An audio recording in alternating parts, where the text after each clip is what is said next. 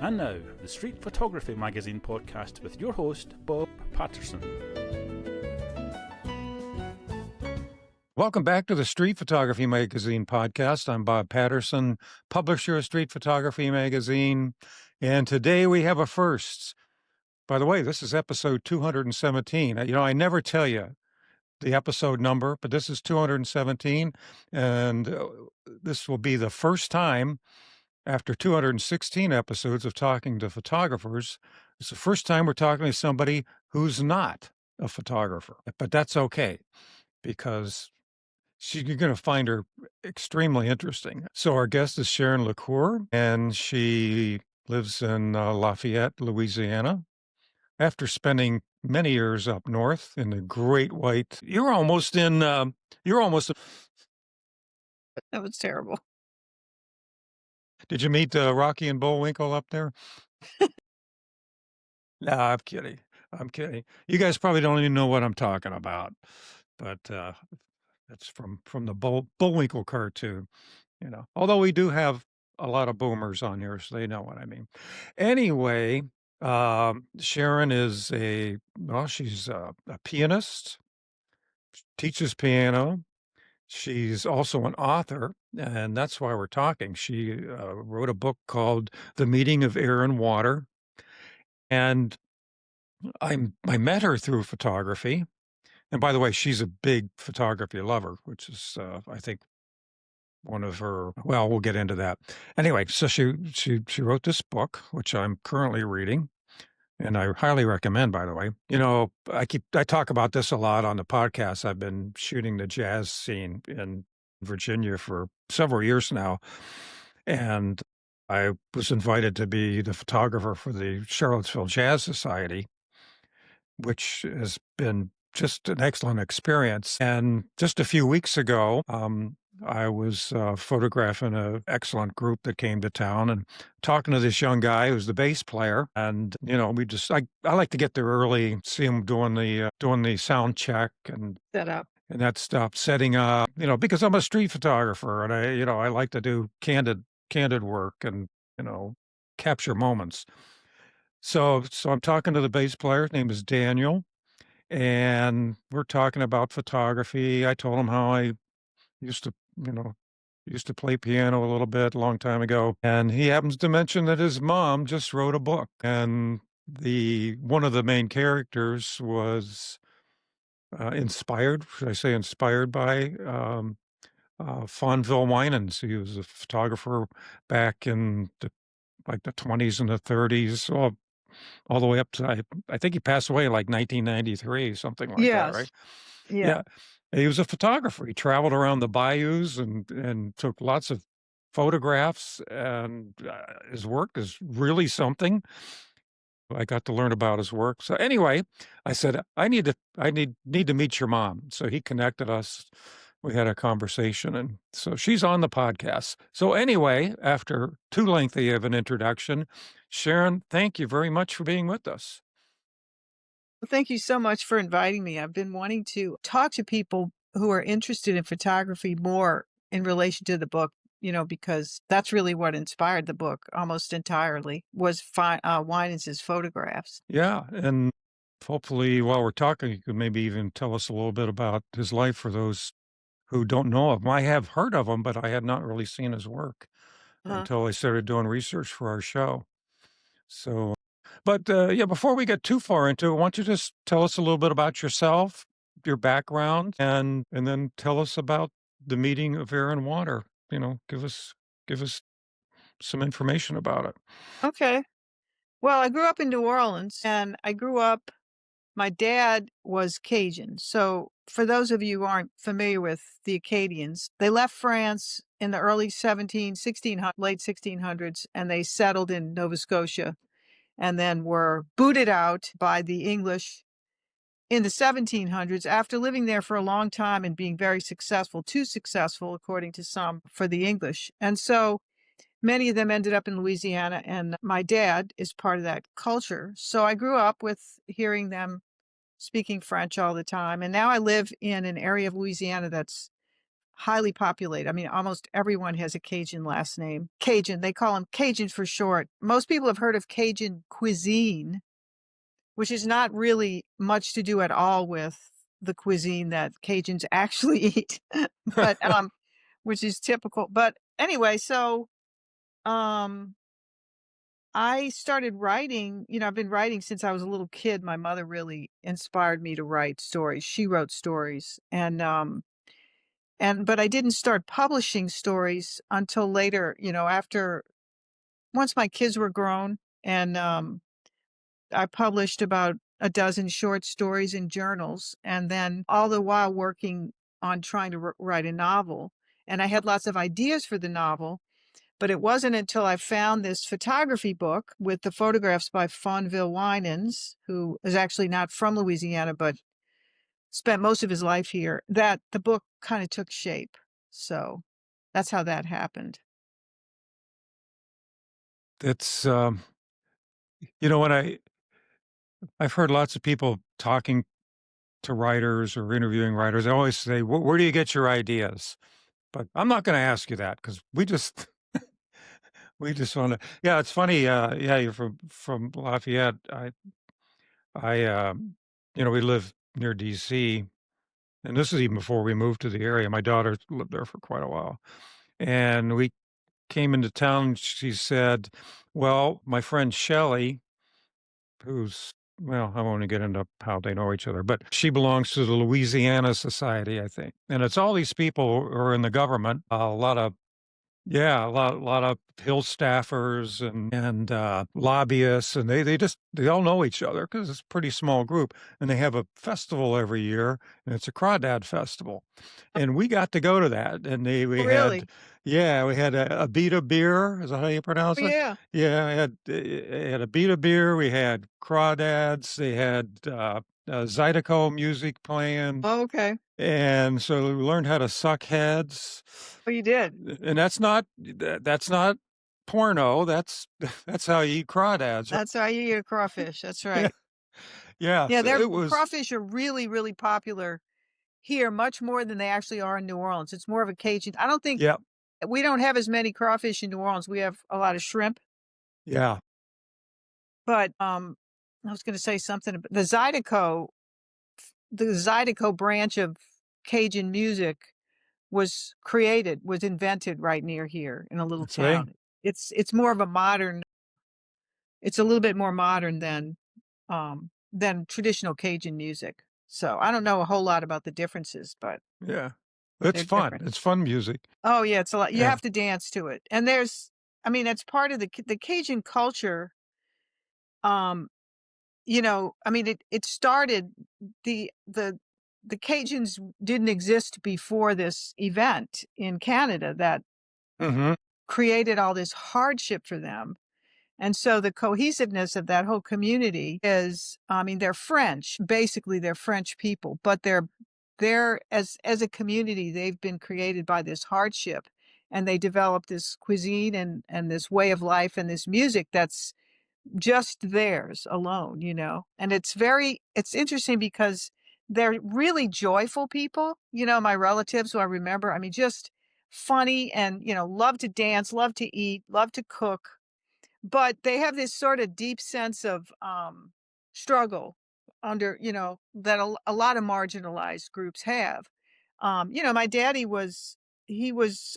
spoke only French until he entered school.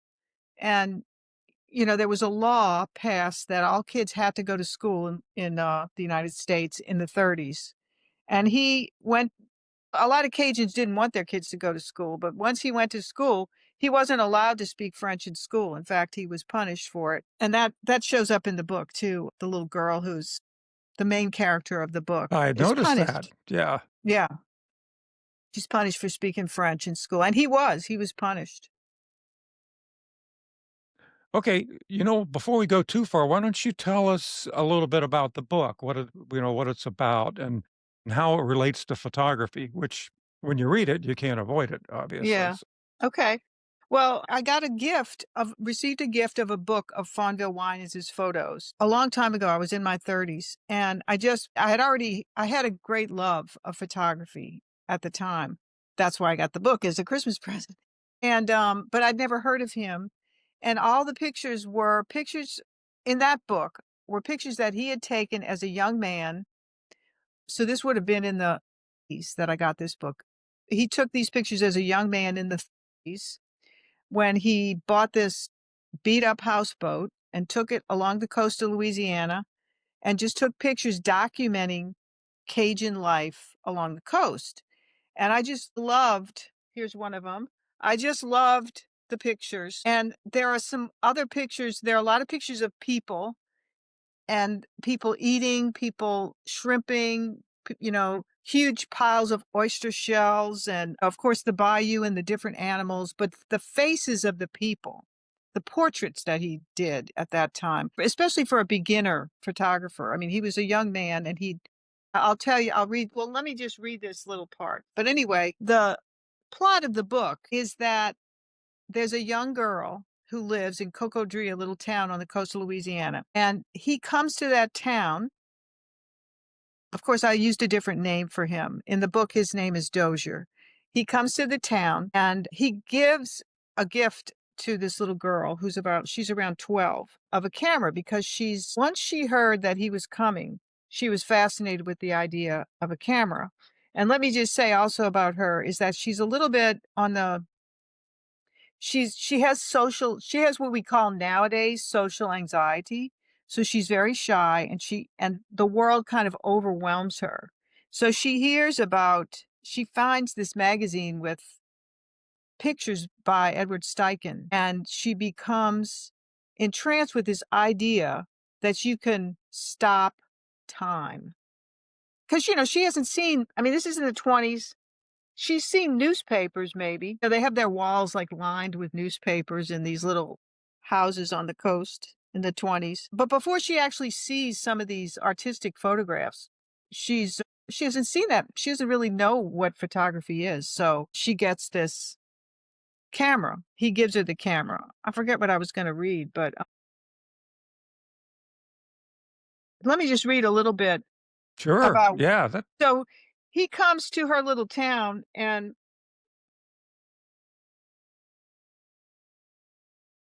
so she sort of interrupts him when he's walking. He's on the dock, gets off his old boat, which has a Model T engine in it, and she meets the photographer.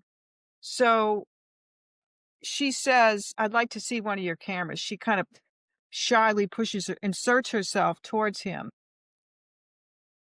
So Dozier squatted and took out a small rectangular box from one of the cases. When he pressed a button, the thing opened up like a squeeze box and let out a sigh. The kids jumped back from it and squealed. Dolores smiled. Dolores is the character, the young girl. She said, "It's like an accordion." And he nodded and said, "Yes, it has a bellows, just like an accordion." Dolores inched even closer to him, her face riveted on the camera, her fingers opening and closing at her sides. "Is it true you can stop time with it?" Dozier tilted his head to one side. One of Dolores's cousins laughed at her, and the others copied him. The cicadas whined so loud above their heads that she almost couldn't hear him. Someone said, "It's not a time machine, Dolores." Dozier cleared his throat and held the camera like a baby in his hands. "In a way, yes, you can stop time with it." He talked like he was looking for the right words.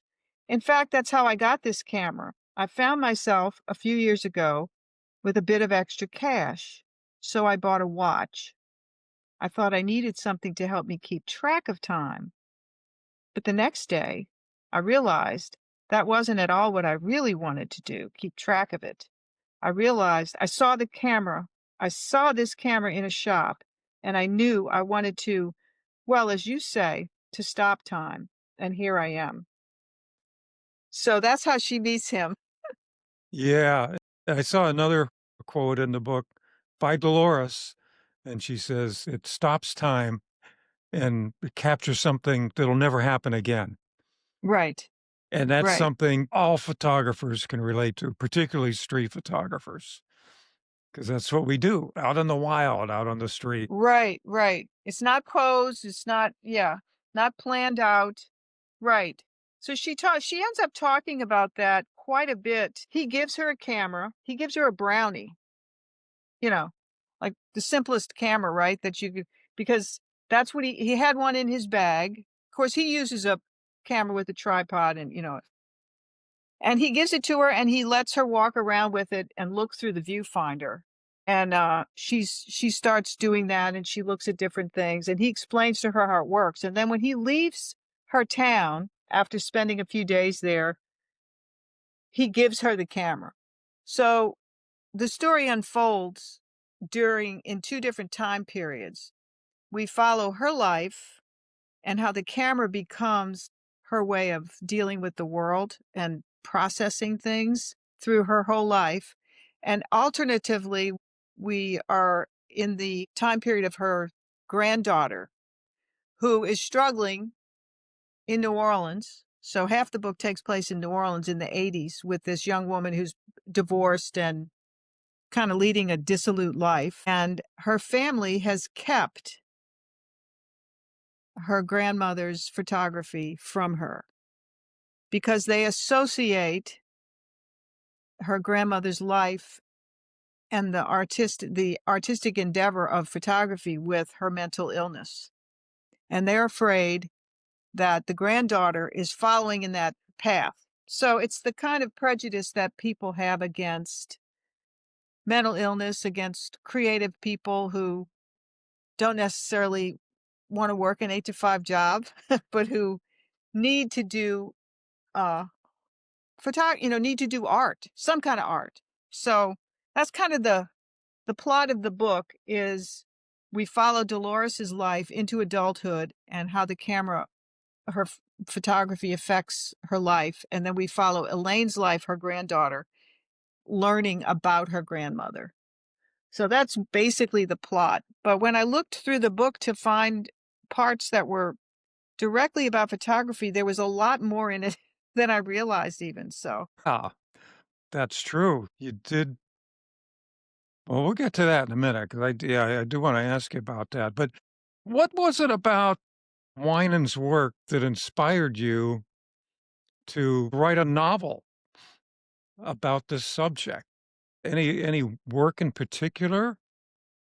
well, there were other things happening at the time. It wasn't just his photography,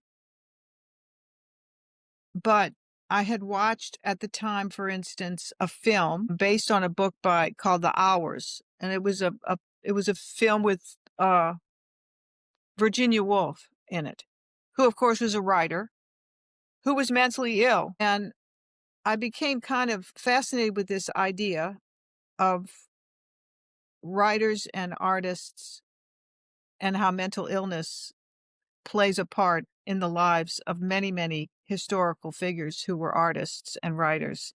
And she was one of them, who was a woman, of course, in the 20s and was whose life was dominated by the people around her, and she couldn't really choose her own way of handling her mental illness. She was forced to do what they told her. And so I got this idea of I have a strong belief that people need to have a creative outlet, and it doesn't have to be one of the arts, but I mean, it can be gardening or cooking or anything, but people need that. Well, you're So, talking to a whole bunch of them. yes, exactly. Millions. We've got an audience of millions. No, not quite. And that's kind of that was and then his photographs and the fact that he was a photographer and he was doing this traveling, that whole idea of this itinerant photographer in the 90s just really struck me. And that I think one picture especially, if you go to his website, you'll go specifically to the part of the website. It's organized into different time periods of his life. If you go to that early time period, there's a picture, a table.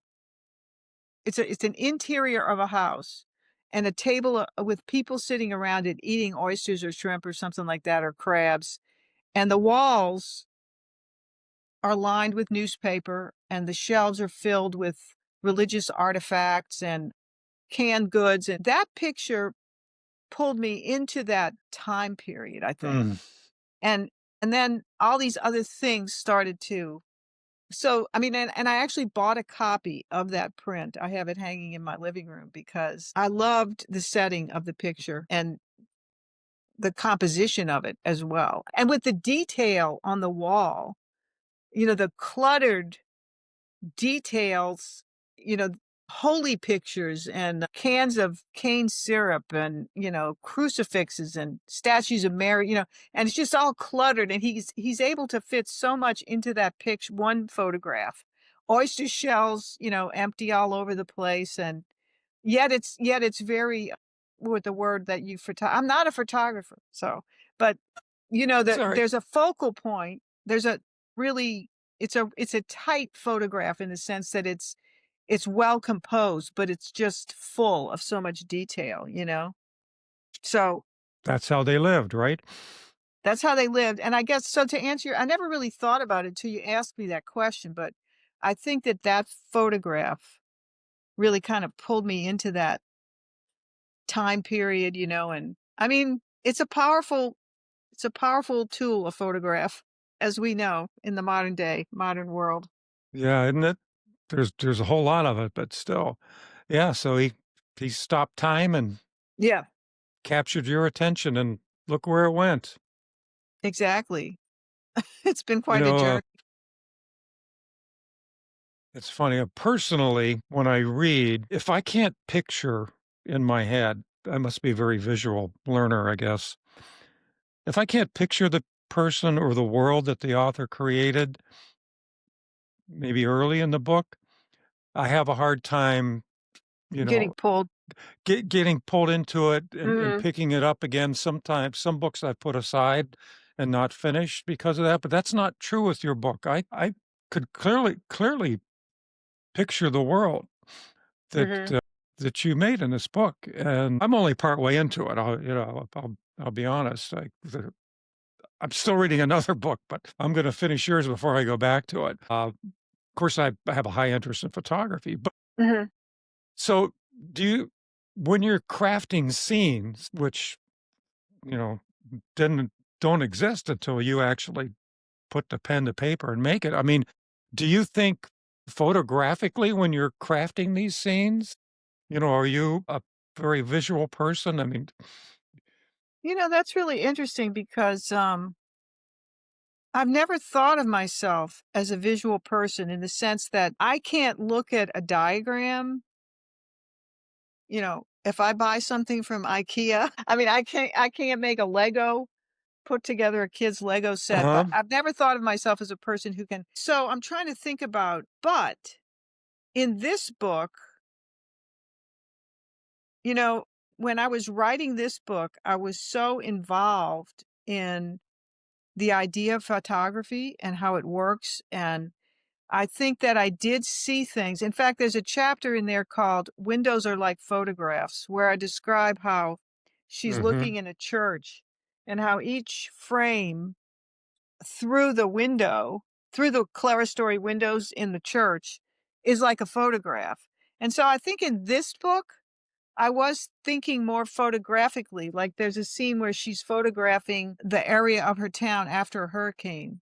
And she finds this dress, a child's dress that's been tossed by the wind onto the ground. So in my mind, all those scenes were very photographic. Now, the book I'm writing now, I don't think that it's the same way, but setting and place are very crucial to me. They're almost like a character in the book. So that being Mhm. said, that is a kind of a visual sensual thing.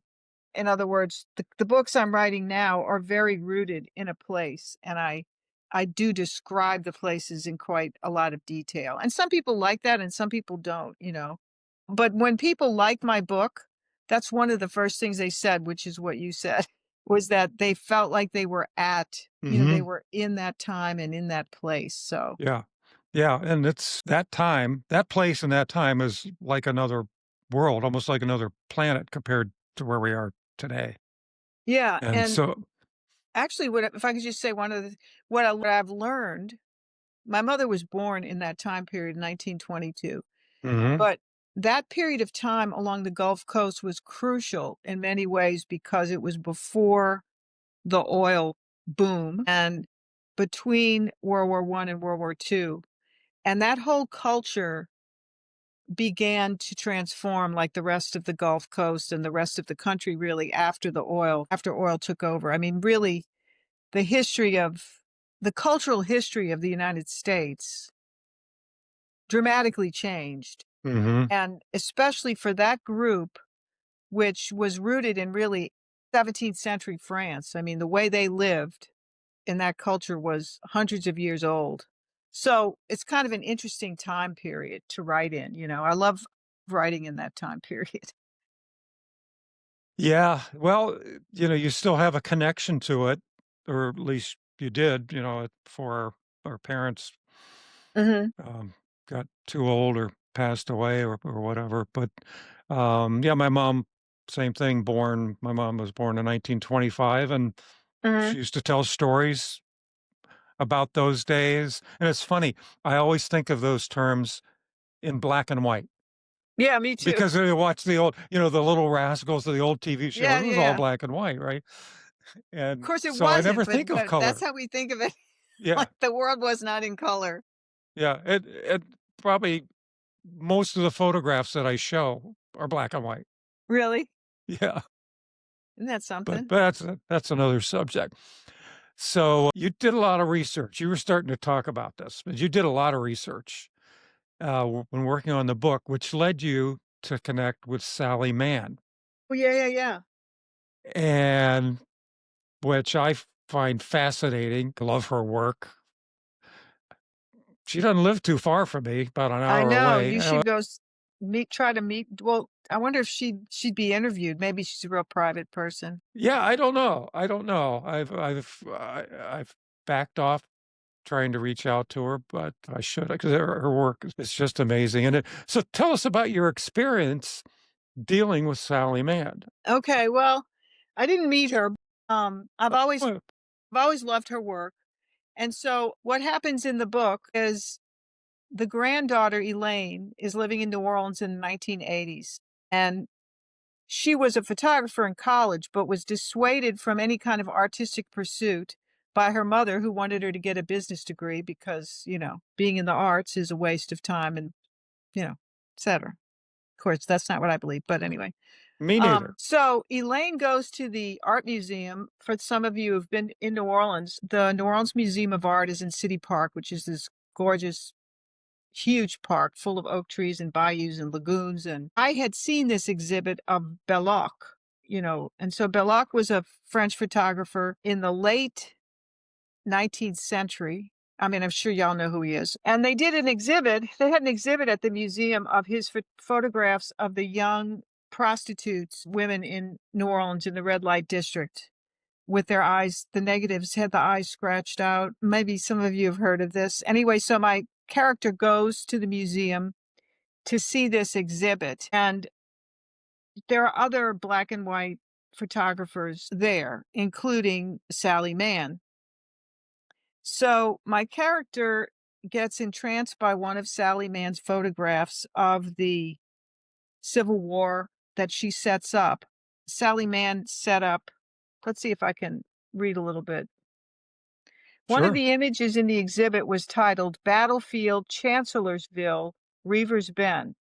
This must be in Virginia, I'm guessing, or Oh, yeah, it had a that's where curved path winding through the thick black masses of trees, identifiable only by their collective shape against the gray, grainy sky.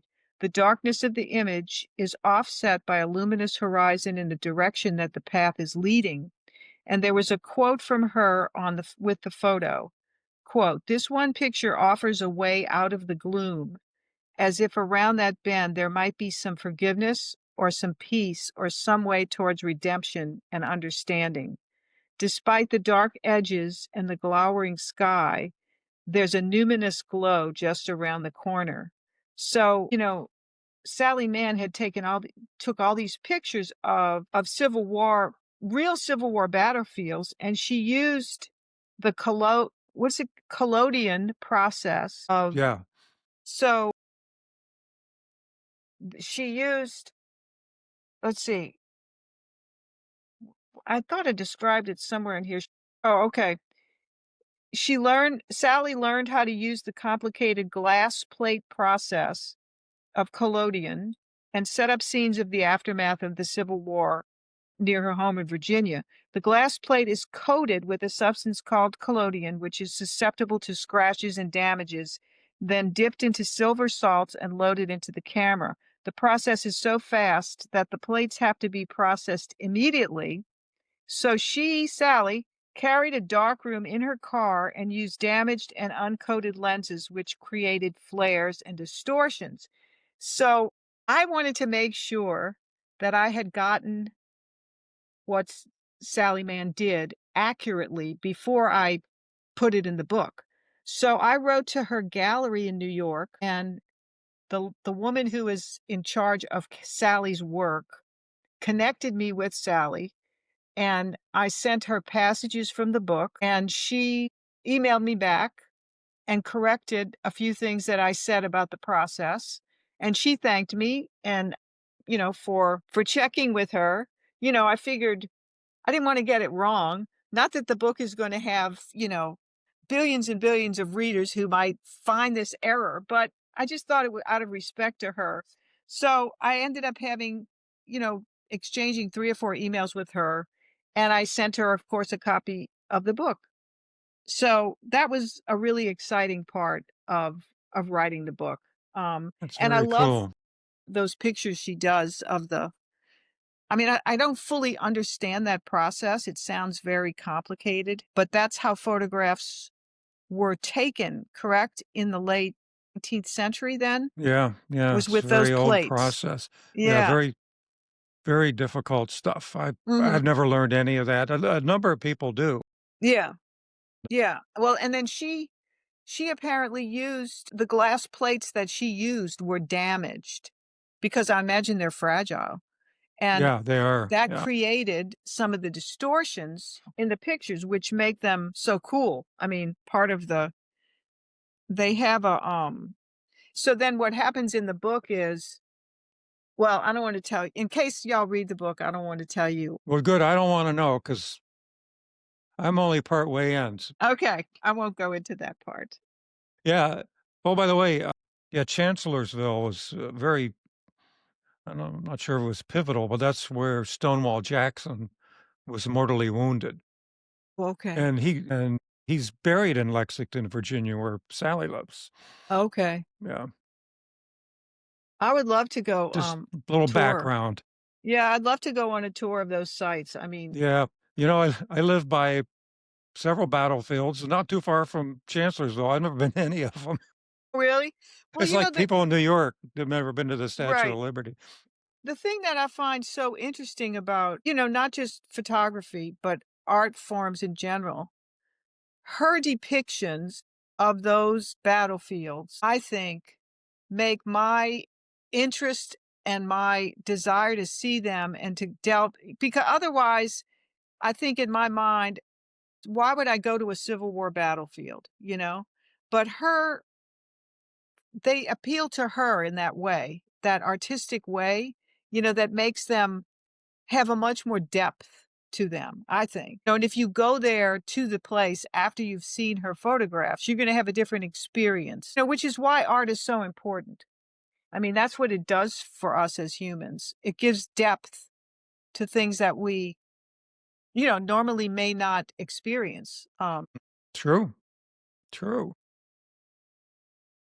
So beyond just the book, you've also connected with Fonville's grandson, Yes, yes. which I find very interesting. What's that all about? Well, Fonville himself, he had a photography studio in New Orleans for a while after this whole he married a Louisiana woman and stayed here. And he lived in New Orleans for a while. And in the book, the photographer has a studio in the French Quarter. Dolores visits him, and he throughout the course of the book, he is sending film to her, processing film for her, that sort of thing. But anyway, Fonville ends up in Baton Rouge, and he took a lot of pictures of Huey P. Long and the state capitol, and lots of portraiture of politicians and LSU football and the LSU campus. But anyway, I contacted the estate so that I could use this photo for the cover of the book. And then this photo is from the New Orleans Historical Society. It's an archived photo at the library in New Orleans of a sculpture in New Orleans that's called lift it up a little bit. Yeah, there you go. For those watching this on the YouTube. So, okay. It's called The Meeting of Air and Water. That's where the name of the book came from. But anyway, I haven't met Fonville yet, but his grandson lives in Baton Rouge and takes care of the website where all his photographs are listed. And he and I are planning a collaboration where I do readings and we show photographs of Winans. And Winans has been celebrated, over the years at different museums and galleries and stuff here in Louisiana. He's pretty well known.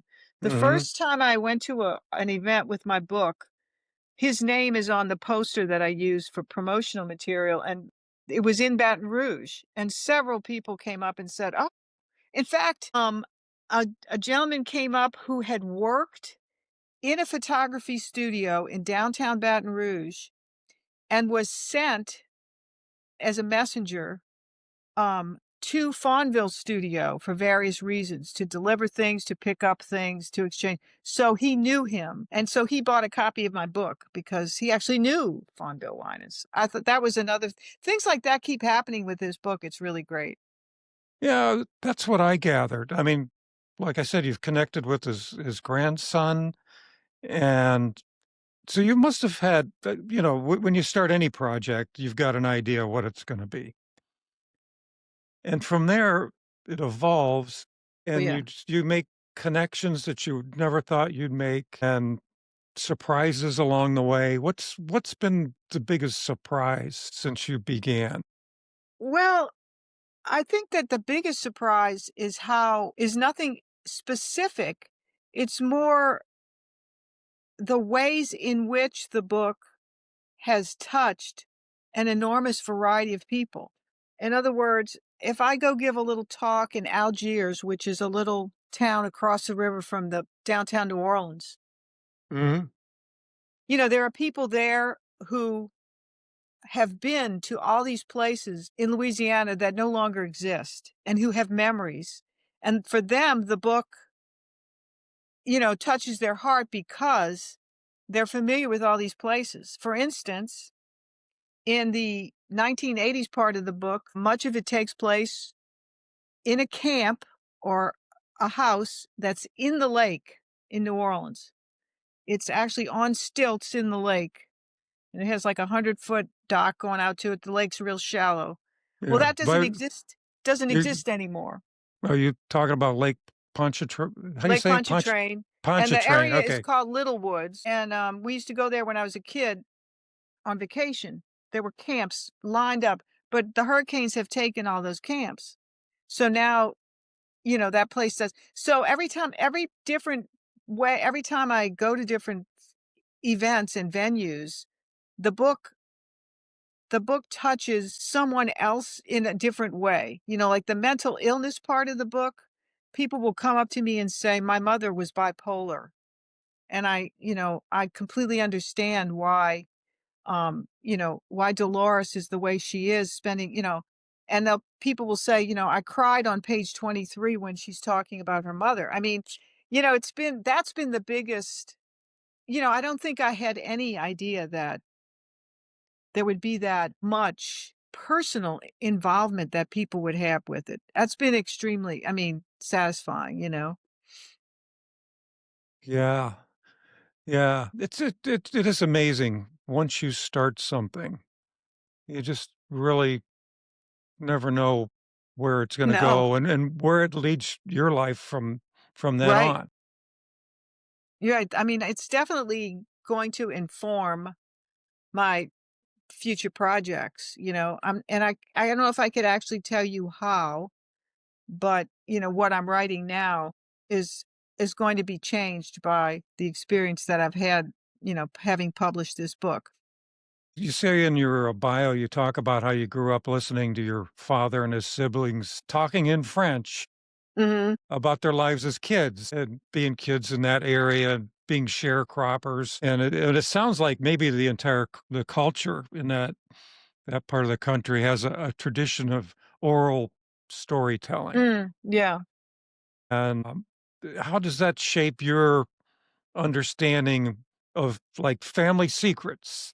I mean, this book Mm. is about family secrets, how they're kept, which Yeah.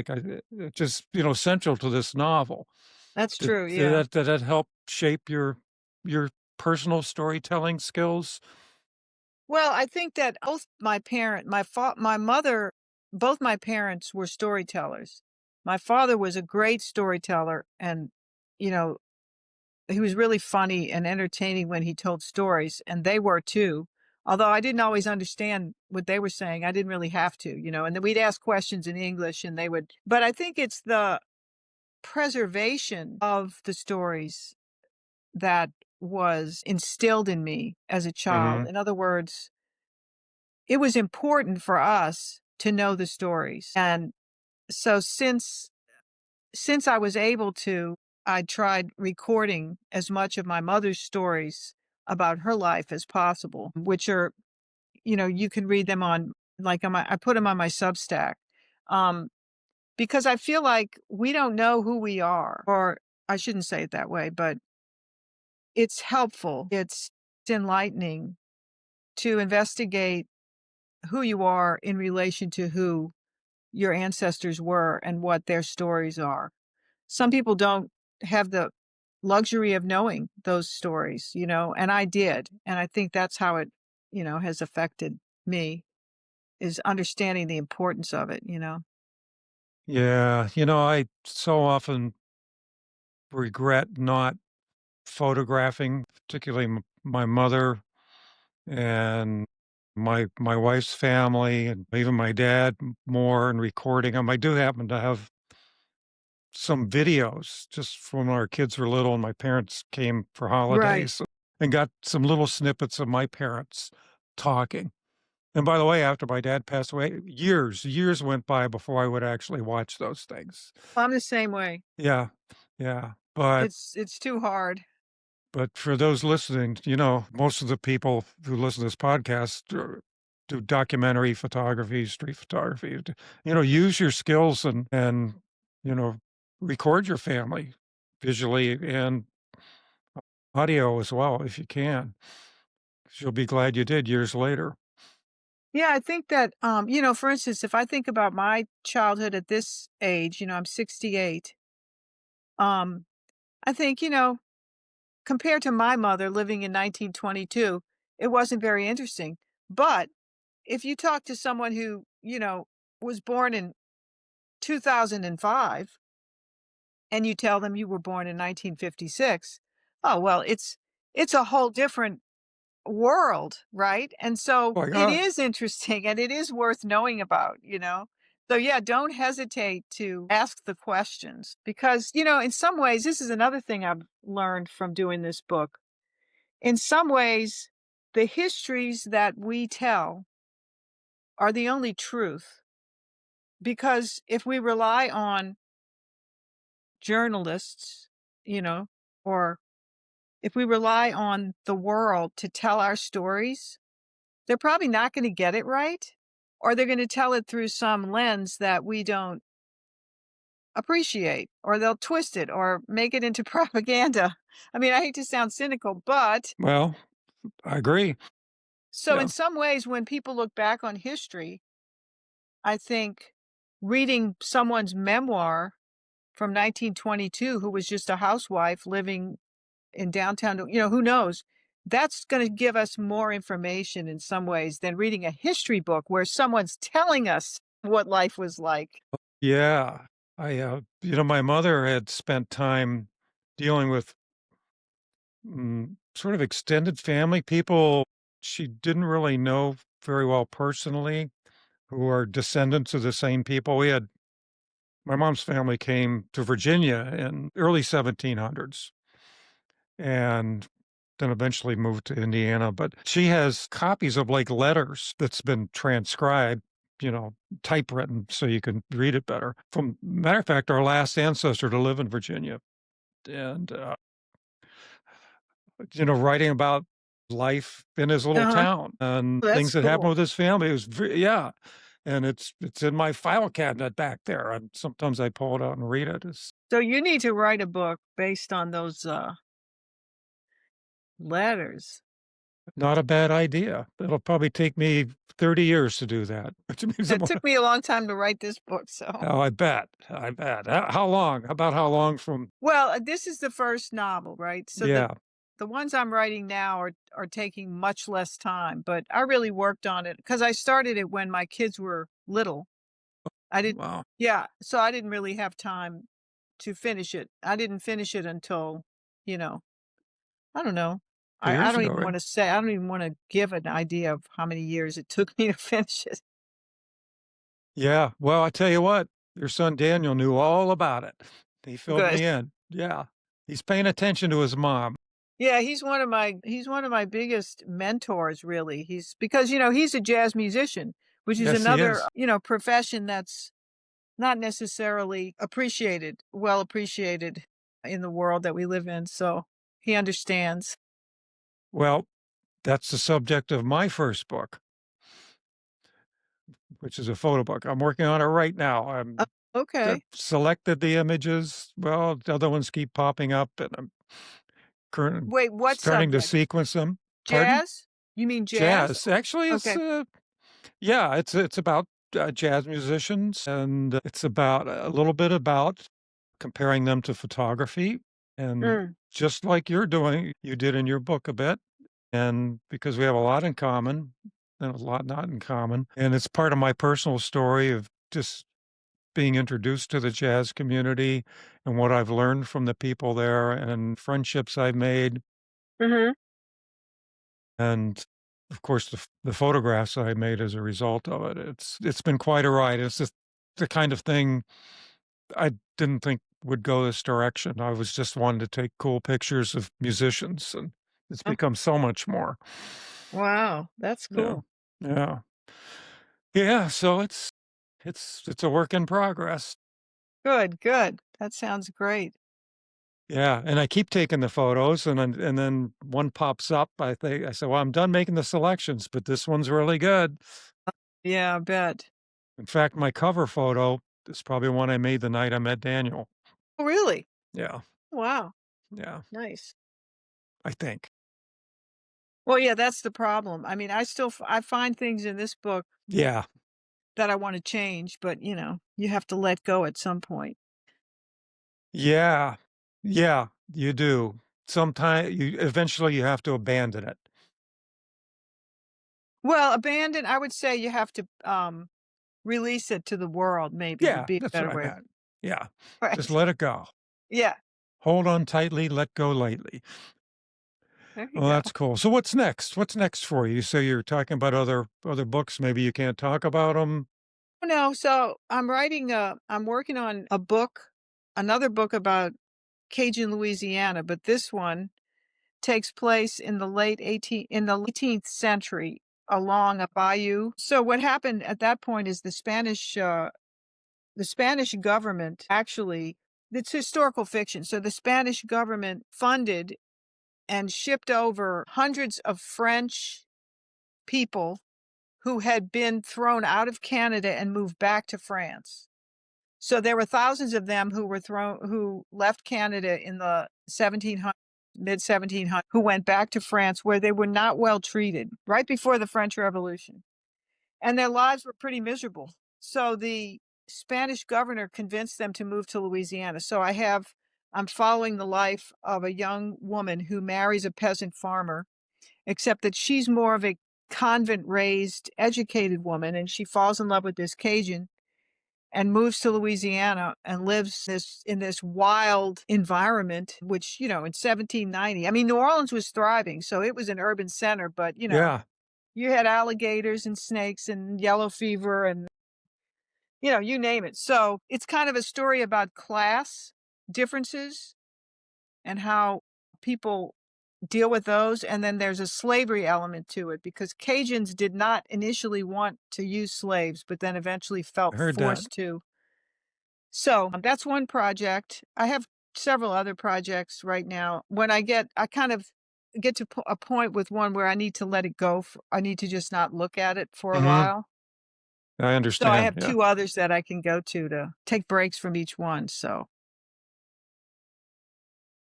I like that. So, well, before we go, well, first of all, Sharon's got a number of very interesting links we're going to include in the show notes.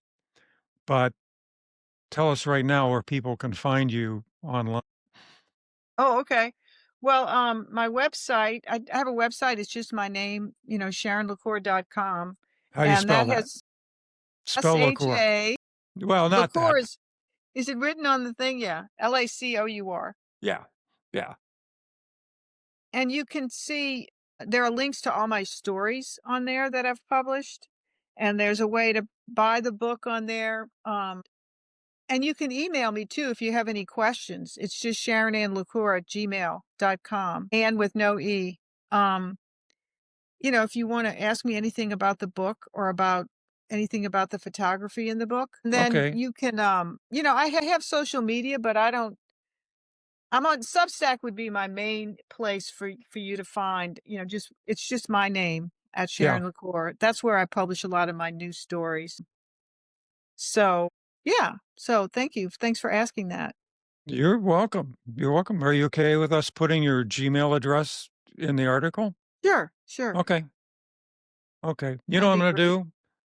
I'm going to put it in there, but instead of the little at sign, I'm going to put the word at in brackets because some people scrape email addresses from Really? website pages. Okay. So for all y'all who are going to be looking at the show notes, that's how I'm going to do it. Okay.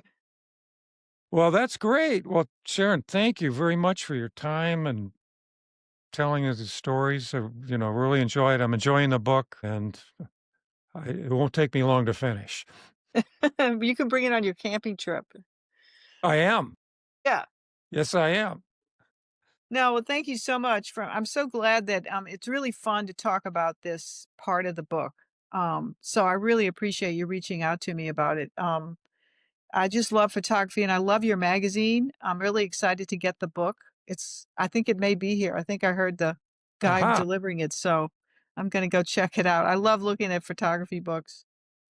Well, you'll like this one. You'll Yeah, like this one. That's because great. it's not all my stuff. I've only got one of them in there. Oh, okay. I'll All check it right. out. Okay. Well, thanks again. Thank you, Bob.